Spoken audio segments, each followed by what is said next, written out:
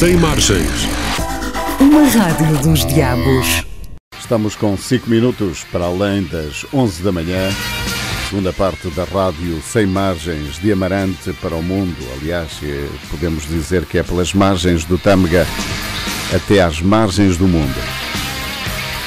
E como devem reparar, o nosso símbolo é uma ponte, porque o que nós queremos é estabelecer pontes e não construir muros no caminho das pessoas. O nosso convidado para hoje é Pedro Barros, um amarantino de Gema que também se dedica e com muita qualidade à cultura. E há 2 anos atrás, pouco mais de 2 anos, iniciou um projeto chamado Centro de Estudos Amarantino e é nessa qualidade que o Pedro Barros está connosco aqui hoje. Olá Pedro, muito bom dia. Bom dia. Obrigado por ter aceito o convite e estar aqui connosco a partilhar este projeto, esta associação Centro de Estudos Amarantinos. Como é que nasceu esta associação? Esta associação nasceu porque era uma necessidade sentida por muitos amarantinos.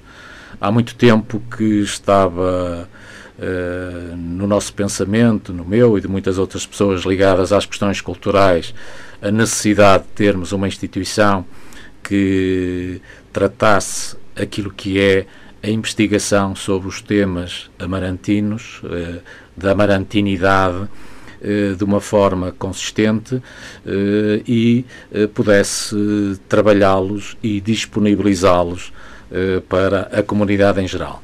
E foi isso que nós fomos discutindo, pensando, estabelecemos um planeamento para este tipo de intervenções e portanto, juntámos-nos em 2018 e nessa altura arrancamos com esta associação que vem ao encontro daquilo que é a importância do associativismo, a sociedade civil juntar-se e ela própria dar o seu contributo para a constituição de uma sociedade mais participada, mais inclusiva, que perceba a importância de nós aprofundarmos a investigação sobre o nosso legado. Nós temos uma vastíssima tradição cultural, temos que a trabalhar, temos que a divulgar aos mais jovens, temos que trazer para esta realidade mais pessoas que se envolvam e que percebam a dimensão do legado que nós temos. Nós nem sempre tratamos muito bem as questões da cultura. Objetivamente, todos sabemos de cor 7 ou 8 ou 10 nomes cimeiros da cultura portuguesa, mas isto não chega, isso não basta. É preciso ser mais profundo, é preciso trabalhar essa informação, é preciso trabalhar nas escolas, com a juventude, partilhar a informação e basta só darmos este exemplo. Do século XV até hoje, nós já temos identificados 234 autores nascidos ou que viveram de uma forma consistente em Amarante e que publicaram muitos milhares de obras que estão a ser trabalhadas, identificadas, no sentido de nós todos percebermos o grau e a dimensão desse contributo para a cultura local e para a cultura nacional, naturalmente. Amarantinidade é um termo que utiliza regularmente, é uma espécie de orgulho amarantino. Não, no fundo, a amarantinidade, como a Portugalidade, é uma expressão que nos identifica, é uma expressão vasta que integra aquilo que são todos os temas relacionados com a nossa realidade. Nós somos de Amarante, nós temos uma ligação umbilical a esta terra, e esta terra é o conjunto do território, das tradições, das pessoas, e das que vivem cá e das que não estão cá. Isto é muito importante porque o António Cândido, no discurso do centenário, o primeiro centenário da Guerra Peninsular, na recepção ao rei, ele dizia que um amarantino nunca sai de livre vontade. E, portanto, aqueles que têm que sair por força de procurar melhores condições de vida, de maior instrução para estudar, para criar um percurso profissional, esses são, pela distância, ainda mais, se me permite o termo, amarantinos. Na nossa juventude, eu penso que hoje isto está um bocadinho diluído, mas nós na nossa juventude dizíamos que um amarantino tem necessidade de ouvir o sino de São Gonçalo. O sino de São Gonçalo é algo que nos marca como uma referência, como o norte magnético das nossas vidas. E, portanto, isto traduz muito bem a importância desta relação permanente que nós temos com a terra onde nascemos, na qual gostamos de viver e na qual gostamos de fazer mais para que ela continue a ser grande, e nomeadamente nas questões culturais. E, portanto, é esta psicologia do amarantino, é esta amarantinidade que nos identifica e que nos dá um prazer imenso. Nós temos alguns associados que não vivem em Amarante, que são amarantinos e que, por força da sua vida profissional, da sua vida familiar, tiveram que ir para outras terras, mas esses são os mais, aqueles que falam com mais paixão de Amarante. Eu lembro sempre, por exemplo, do Dr. Costa Carvalho, um amarantino dos Quatro Costados, conhecido pelas crónicas do Bom Dia, que escrevia no Jornal Notícias há muitos anos atrás, e é uma das pessoas que fala com um entusiasmo, com uma paixão, como falava o António Bruxado Rodrigues, um poeta amarantino que vivia em Lisboa e que teve um suplemento literário durante muitos anos na Flor Tâmega. E a paixão com que essas pessoas vivem em Amarante, a distância, mantém esta amarantinidade como um fator de uma grande identificação, assim como os nossos imigrantes relativamente a Portugal e os nossos imigrantes relativamente à nossa terra, e vocês, através da rádio e através dos jornais, percebem o carinho com que eles escrevem, com que eles falam, com que eles participam e o gosto que têm quando podem regressar a esta terra que eles nunca abandonam. Nós sentimos que esta terra é especial, mas o que é bonito no meio disto tudo é que há muita gente, não sendo de Amarante, sente também que esta é uma terra especial. Por que será? Aliás, eu até diria que algumas das maiores manifestações da amarantinidade provém de pessoas que, não tendo nascido em Amarante, aqui vieram, aqui chegaram e foram tão amarantinos ou mais do que aqueles que aqui nasceram. Porquê? Porque percepcionaram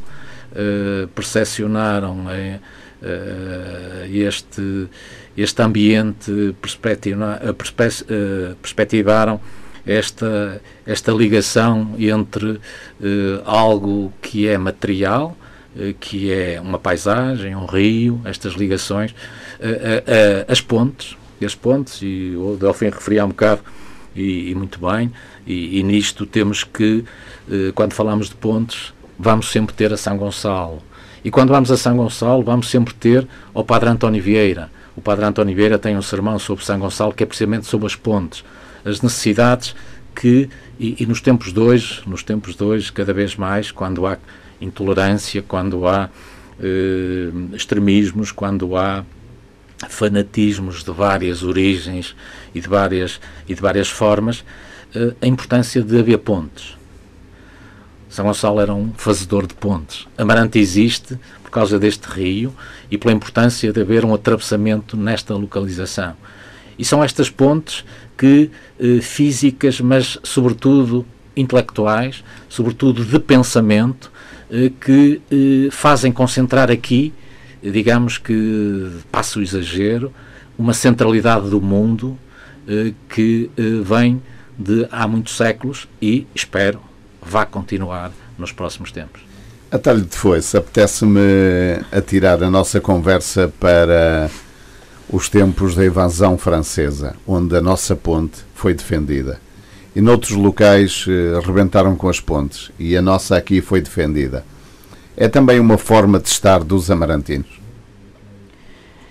É uma forma de estar, no sentido daquilo que eu vinha dizendo, deste amor à terra, desta ligação à terra, desta ligação à pátria, e, portanto, a defesa de algo que é nosso, das investidas externas, é sempre um apanágio. Nós normalmente no dia-a-dia temos muitas dissensões, muitas discussões, nem sempre estamos de acordo e tendemos a ser individualistas.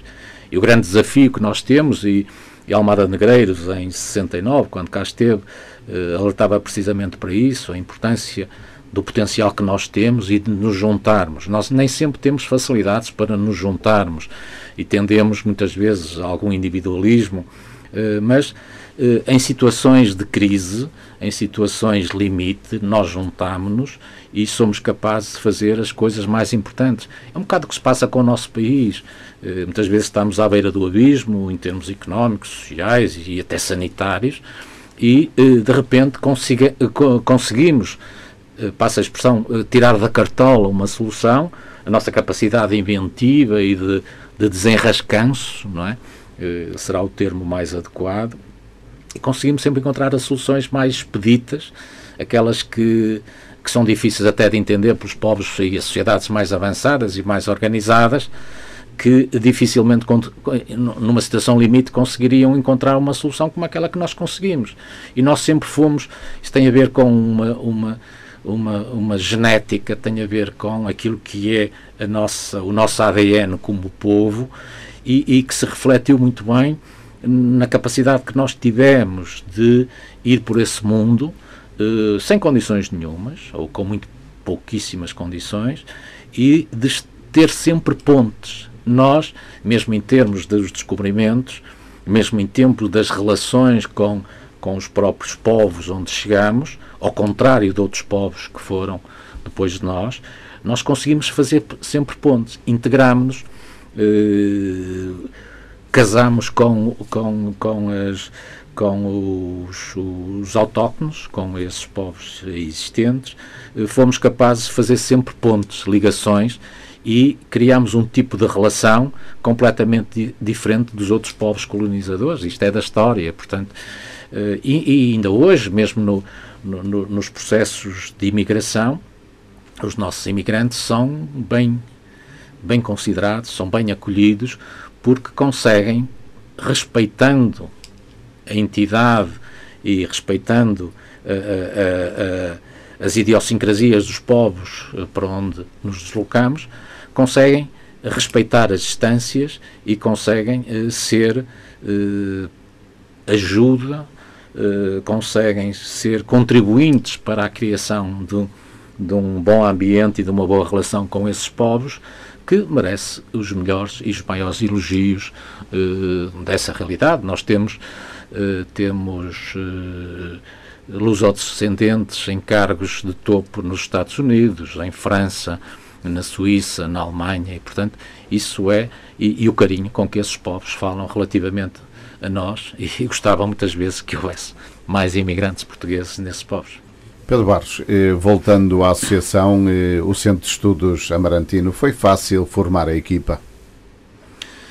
Fácil formar a equipa foi, porque nós temos uma massa crítica relativamente às questões culturais com alguma importância. Temos gente que não se demite das suas responsabilidades culturais, que gosta e que assume a responsabilidade do legado de ter nascido nesta terra e termos um conjunto de antepassados com grande importância e que nos orgulham imenso, e, portanto, nós temos esta responsabilidade. E, portanto, conjugar, juntar, o verbo juntar é um verbo que eu uso muitas vezes e que acho determinante em todos os setores. É preciso juntar, é preciso reunir diversidades para produzir algo de melhor, de diferente, de mais capaz, e, portanto, é por aí. Depois, o passo seguinte nem sempre é tão fácil quanto isso, porque todos nós temos as nossas atividades profissionais, temos as nossas vidas. Hoje em dia a vida é muito mais rápida, acontece muito mais depressa do que acontecia há umas décadas atrás. Há muito mais solicitações, há muito mais meios, muito mais informação a circular diariamente. Eu ainda me recordo dos jornais da tarde que vinham pela automotora e nós muitas vezes recebíamos o jornal no dia seguinte e, portanto, estas questões, hoje é tudo online. Nós, no momento seguinte, aliás, a própria crise de alguns jornais resulta disto mesmo. Quando o jornal chega em papel à mão das pessoas, já há 10 ou 15 notícias posteriores que tornam aquelas completamente ultrapassadas. E nós hoje, com as evoluções tecnológicas, nós temos o mundo no nosso telefone. Os telefones hoje de bolso têm a internet, têm os jornais, têm as televisões. Nós conseguimos ver um jogo de futebol ou a invasão do Capitólio aparece-nos aqui no nosso telemóvel em direto, e portanto nós conseguimos ver as edições da CNN, da RTP1 e das outras televisões. Portanto, isto hoje, o mundo acontece, é tudo muito imediato. Isto é fantástico no que é o apreender o mundo a cada momento. Eu ainda me lembro, a seguir ao 25 de Abril, nós ouvíamos à noite, às 10 da noite, a Voz da América, que dava na onda curta, e portanto e era por aí que sabíamos algumas notícias. Portanto, hoje é tudo online. As televisões têm os canais de notícias que estão 24 horas e portanto hoje é tudo muito rápido. Isto é ótimo, mas também tem o outro lado da medalha, que é tudo muito mais pela rama. É preciso alimentar a informação, nem sempre da melhor maneira, e a informação hoje tem um papel imenso pela positiva, mas também pela negativa, ou pelo mal que pode fazer.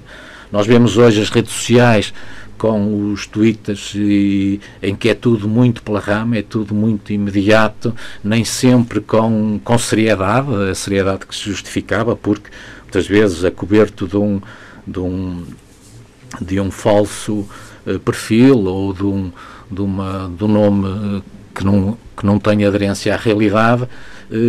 Surgem fenómenos como aqueles que tivemos nos Estados Unidos recentemente, das fake news, e portanto digamos que temos quase que uma realidade alternativa construída em função dos interesses de um determinado grupo, que nem sempre é bom, e portanto estamos a ir muito depressa.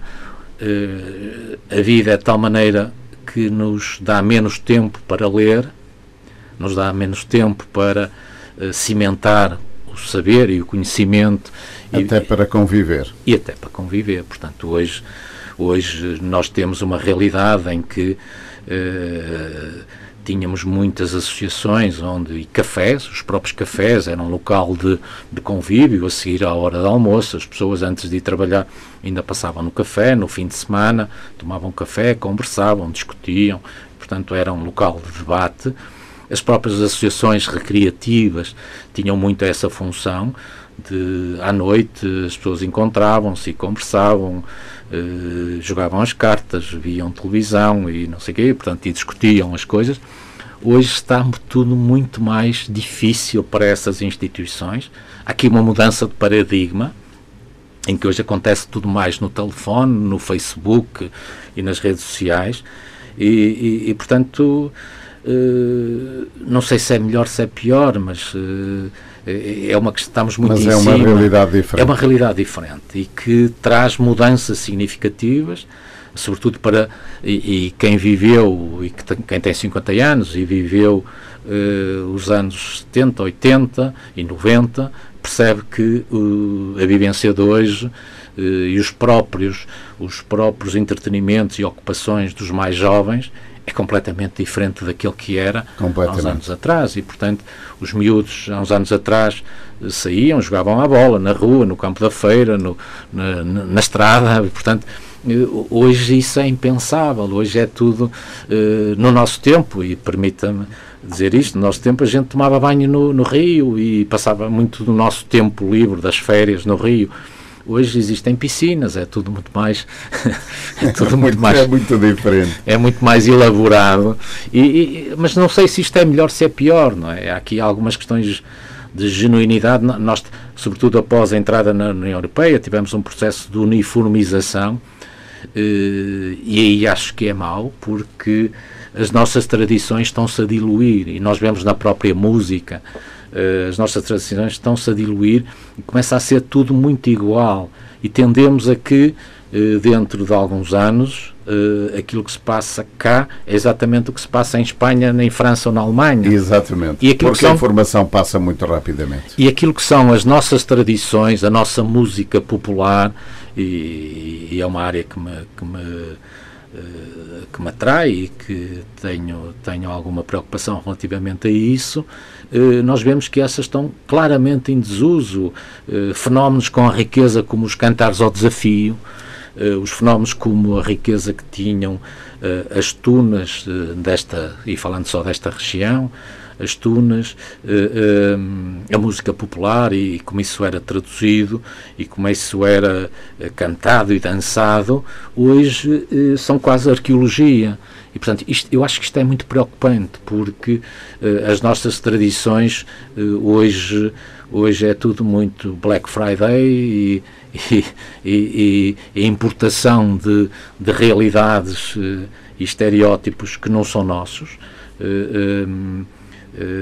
e as nossas tradições a morrer, a desaparecer, o correr a macaca, aquelas coisas que eu ainda fiz, e provavelmente a Delfim também ainda fez, mas que estão a ficar completamente em desuso, não é? O que é americano e o que é vendido em pacotes, pronto, isso, o Halloween, portanto, por exemplo, é outra tradição que não tem muito a ver connosco, embora pontualmente houvesse alguns fenómenos disso, mas não tinha rigorosamente a ver connosco. Mas pronto, estão aí porque são mercantilizados, são apropriados muitas vezes por multinacionais que têm algo a vender. Não é? Negócio. É negócio. E, portanto, hoje já não há o Feliz Aniversário, é o Happy New Year, e portanto o birthday, é tudo. Coisas a mudar que nós não queremos que mudem tudo. Pedro, em relação às vossas atividades, que atividades já tiveram a oportunidade de fazer? Nós tivemos, no primeiro ano ainda, tivemos um conjunto de iniciativas para assinalar os 100 anos da morte do Amadeu de Sousa Cardoso. Achamos que, não obstante termos surgido em junho, e as comemorações foram no final do ano, mas logo aí, e até porque já havia várias programações nacionais e locais previstas sobre a matéria, no entanto, nós fomos a jogo, fizemos um conjunto de iniciativas, tivemos uns serões da TSF na Casa de Manhufe, com vários especialistas sobre o Amadeu. Fizemos várias outras iniciativas para assinalar os 100 anos de Amadeu, da morte de Amadeu.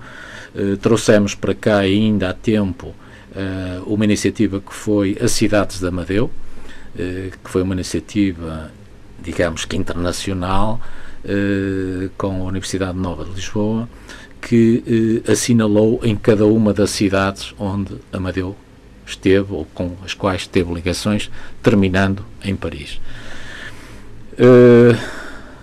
Fizemos também a edição de um postal, de um selo e de um carimbo para a altura do dia do selo, relativamente ao Amadeu, e portanto, porque o Amadeu é um dos nomes, é uma temática da amarantinidade que nos interessa, que nos move e que vai ter continuação, e tem tido continuação, dentro das nossas preocupações. Depois, em 2019, tivemos a oportunidade de assinalar uma data muito importante para nós, por diversas razões, que foi os 300 anos de nascimento de Paulino António Cabral, o Abade Jazente. É uma referência importante na história da literatura do século XVIII e que estava relativamente, para ser simpático, desconhecido do universo dos amarantinos. E, portanto, nós tivemos aí uma preocupação de fazer uma parceria com a Faculdade de Letras da Universidade de Lisboa, outra com a Faculdade de Letras da Universidade do Porto, e, aproveitando essa realidade, levamos, que é uma das preocupações do Centro de Estudos, levamos o padre Paulino António Cabral à Escola Secundária de Amarante. E, nessa parceria com a Escola Secundária de Amarante, tivemos a oportunidade de, dentro dos programas de flexibilidade curricular, de, durante 4 meses, estudar alguns dos alunos da escola, creio que 10º, 11º e 12º ano, de terem acesso àquilo que foi o Abade Jazente. A professora Luísa Malato, da Universidade do Porto, da Faculdade de Letras da Universidade do Porto, veio várias vezes à escola, trabalhamos, e eu também com ela, trabalhamos com os alunos. O professor Adriano Basto coordenou internamente o processo e produzimos um pequeno livrinho que oferecemos a cada um desses alunos, e tenho a certeza que foi um belíssimo contributo que demos para a cultura amarantina, para aqueles jovens, rapazes e raparigas, que hoje sabem quem é o Abade Jazente, sabem alguma coisa sobre a literatura portuguesa do século XVIII, a importância de Paulino Cabral na literatura portuguesa do século XVIII, e reforçamos a estima, o gosto, a importância da amarantinidade junto desses jovens que partilharam seguramente com a sua família, que disseram aos seus pais, aos seus amigos, quem era ou quem tinha sido Paulino Cabral. E hoje Paulino Cabral não está no esquecimento e, portanto, demos um contributo para que todos nós ficássemos mais próximos. Estabelecemos uma ponte, também aqui uma ponte, com Paulino Cabral e com Abade Jazente, fazendo uma justiça que é absolutamente necessária que este tipo de intervenções sejam feitas. Tivemos a oportunidade de identificar a casa onde ele nasceu, na freguesia da Lomba, e aí colocamos uma placa assinalando o facto, porque pouca gente sabia onde ele tinha nascido. Portanto, tivemos essa oportunidade, fizemos uma cerimónia nesse local, fizemos uma outra cerimónia num monumento que já existia, que foi a quando das comemorações em 1943, lideradas pelo Dr. António Balbino de Carvalho, e portanto também aí colocamos uma placa assinalando esta efeméride, e tivemos a oportunidade, a honra de termos entre nós nesse dia, num colóquio, o diretor da Faculdade de Letras da Universidade de Lisboa, o professor Miguel Taman, que tem uma obra de investigação publicada nos anos 80 do século passado sobre Paulino Cabral. Ele veio até nós, veio também a professora Joana Meirim, veio o Pedro Mexia, o Dr. Pedro Mexia, uma pessoa conhecida de todos pela sua participação, não só como assessor do Sr. Presidente da República, mas também no Governo Sombra. Ele esteve entre nós, também é um especialista, é um crítico literário, editor, e portanto tem uma ligação antiga com Paulino Cabral, e portanto fez questão, fez gosto de vir, e esteve entre nós e também nos transmitiu o seu conhecimento, assim como a professora Luísa Malato, da Universidade do Porto, e outros investigadores e professores da Universidade do Porto, numa sessão que eu reputo de memorável. Foi muito boa mesmo. Memorável, em que demos um grande contributo. A Biblioteca Municipal teve uma exposição biobibliográfica durante vários meses, fizemos várias visitas guiadas com escolas a essa exposição, onde tivemos exposta toda a obra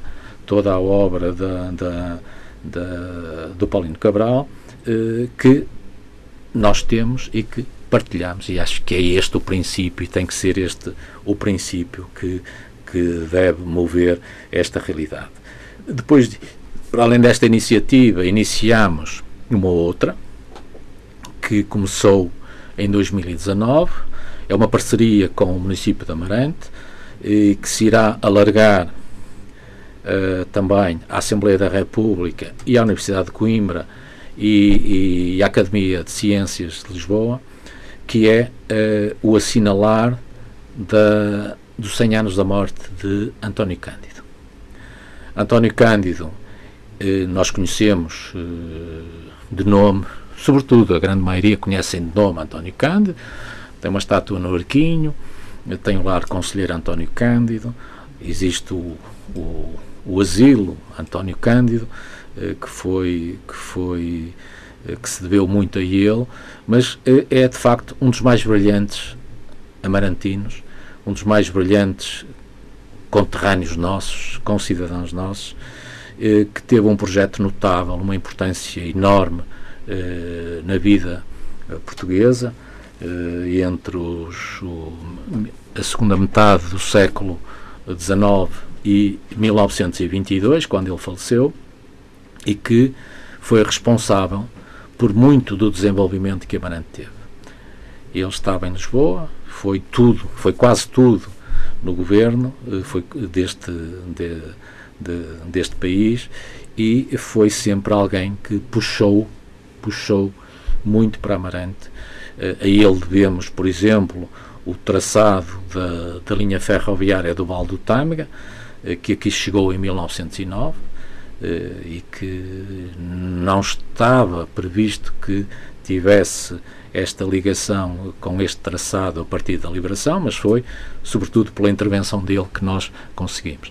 Envolvemos nisto o comissário destas comemorações é o professor Luís Ramos, envolvemos nisto o professor Pedro Tavares de Almeida, temos um vastíssimo programa de comemoração até 2022, que é quando se assinala a morte dele, os 100 anos sobre a passagem da morte dele.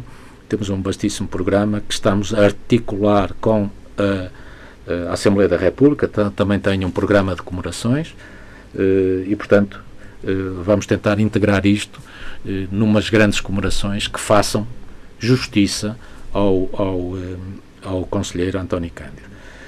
Nós temos previsto a criação de uma biblioteca editorial, e essa biblioteca editorial tudo indica, pelo menos é essa a nossa intenção, que essa biblioteca comece com a publicação da tese de doutoramento do Dr. António Cândido.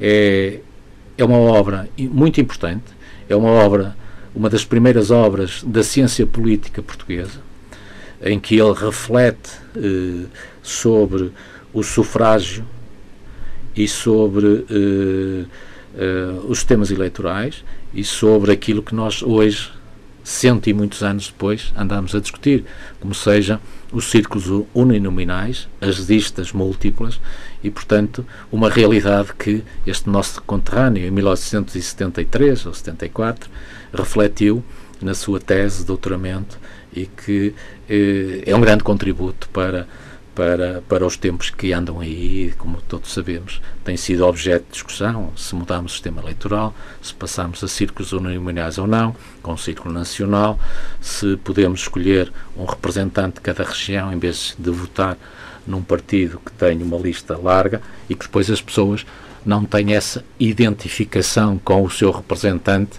e portanto, isto para dizer o quê? Há 130 ou 140 anos, António Cândido refletiu sobre isso e fez uma tese de doutoramento sobre isso, e portanto é um documento raro, relativamente raro de encontrar, e portanto é nossa intenção que na biblioteca editorial ela comece precisamente com essa realidade. Ela irá ser publicada em simultâneo pelo Centro de Estudos na nossa biblioteca e pela Imprensa Nacional Casa da Moeda, portanto é um contributo importante. Também a Assembleia da República está a preparar o lançamento de uma ou duas obras, e nós temos a intenção também de vir a envolver outras instituições, nomeadamente a Santa Casa da Misericórdia de Amarante, à qual o António Cândido esteve muito ligado, a própria Junta de Freguesia de Candemil, onde existe a casa onde ele viveu, e portanto penso que em função daquilo que nos permitir esta pandemia que está aqui, que nos tem condicionado muita atividade e nos condicionou muita atividade. E condicionou no último ano. No último ano. No último ano nós tínhamos várias iniciativas previstas, algumas relacionadas com as comemorações de António Cândido, que começaram em 2019 e terminarão em 2022, mas que a partir de março tivemos que suspender todas as iniciativas.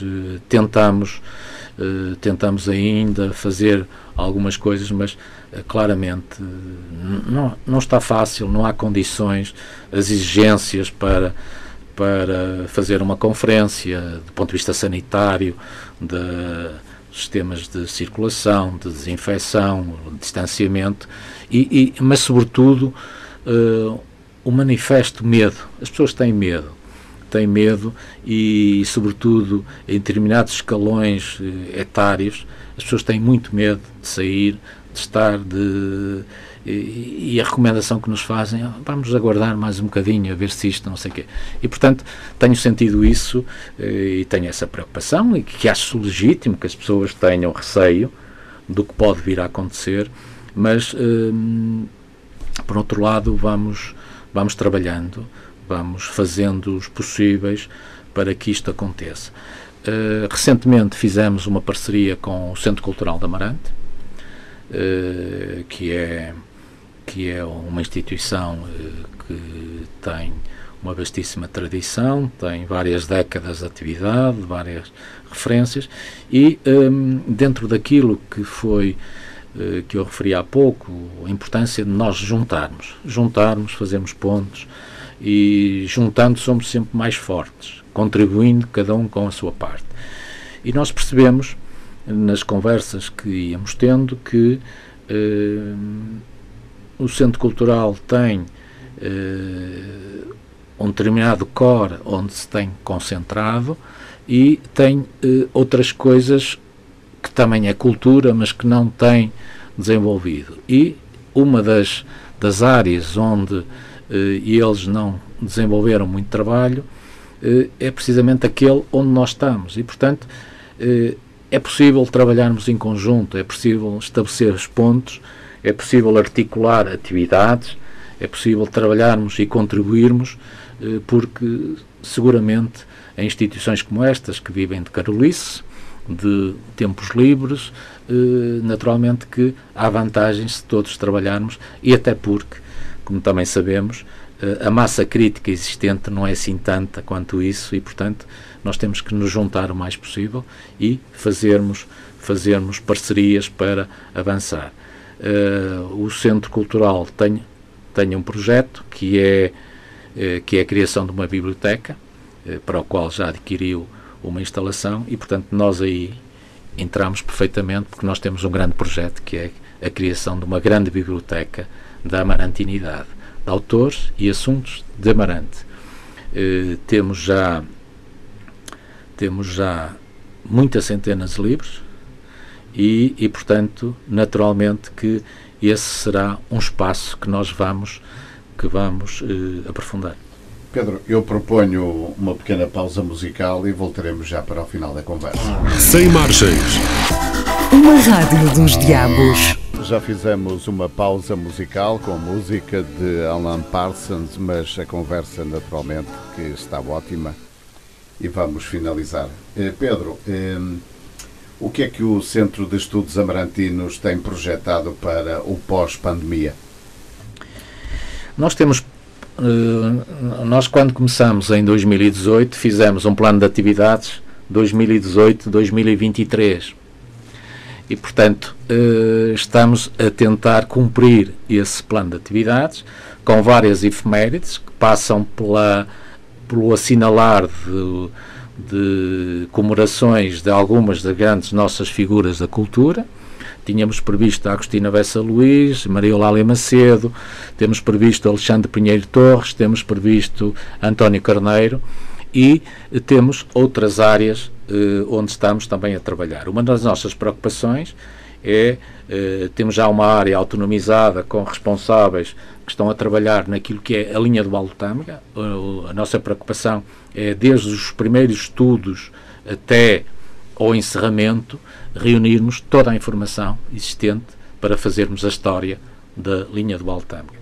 Temos tido a felicidade de algumas pessoas nos oferecerem documentos, alguns até familiares de antigos funcionários que têm os cartões da época, o chapéu, o não sei o quê, portanto, publicações relacionadas com a linha do Tâmega, e estamos a reunir isso, e temos gente especializada que está com essa área.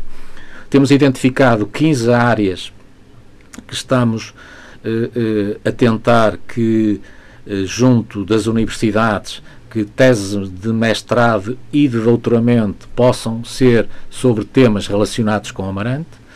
Estamos a trabalhar num projeto que tem a ver com aquilo que é a realidade de Amarante atual, ou seja, Amarante, o Concelho de Amarante, com as freguesias que tem, resulta de uma alteração do século XIX, 1834 até durante quase 20 anos, em que houve a extinção, suspensão de vários municípios e a transferência de algumas destas freguesias para outros municípios. E, portanto, Amarante, até essa altura,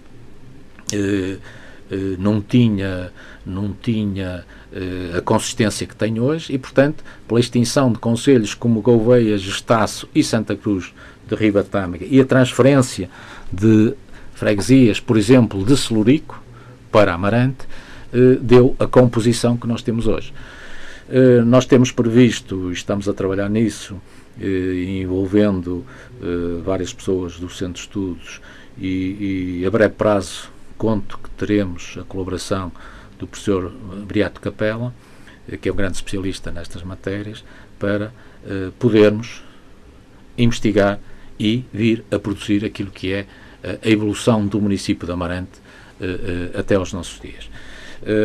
Parece-me que é um trabalho de extrema importância. Acho que muitos dos nossos concidadãos não têm muito conhecimento desta realidade e, portanto, será uma área importante. Mas era importante que muitos estudantes que estão a fazer mestrados, muitas pessoas que estão a fazer doutoramentos, pudessem investigar algumas destas matérias. Estamos também a trabalhar numa área também já autónoma, um departamento autónomo que está a trabalhar a temática de São Gonçalo. São Gonçalo é muito importante, é vastíssimo, foi com os nossos povoadores para as terras para onde nós fomos. No Brasil tem um culto enorme, ainda hoje tem um culto enorme, e, portanto, com universidades brasileiras estamos a montar precisamente aquilo que é uma referenciação, um mapeamento daquilo que é a importância deste santo que teve uma repercussão, eu diria, universal. E temos que revisitar esta temática, assim como outras que têm a ver com as invasões francesas, que têm a ver com a necessidade que nós temos de, ao contrário da grande maioria das terras, nós não temos uma história de Amarante. Nós não temos uma monografia de Amarante que nos conte como é que isto foi. E existem várias versões e várias teses que vêm, mas é preciso estabilizar estas coisas. E não posso deixar de referir a importância que teve os 2 congressos históricos que foram feitos em Amarante, que foram efetivamente um contributo para o aprofundamento, para a investigação e para o desenvolvimento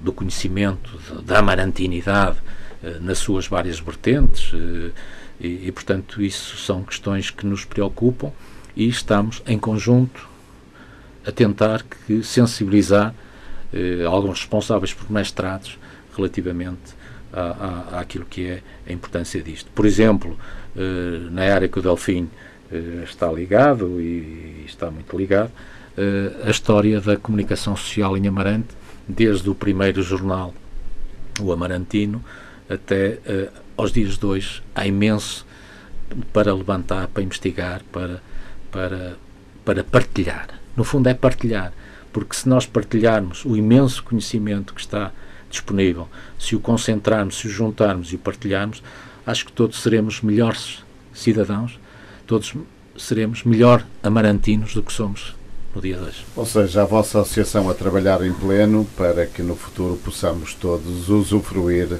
da informação. A talho de foice, mesmo já no final, o Pedro Barros é também o presidente do Clube Amarantino. Um minuto só para dar um lamiré acerca do Clube Amarantino.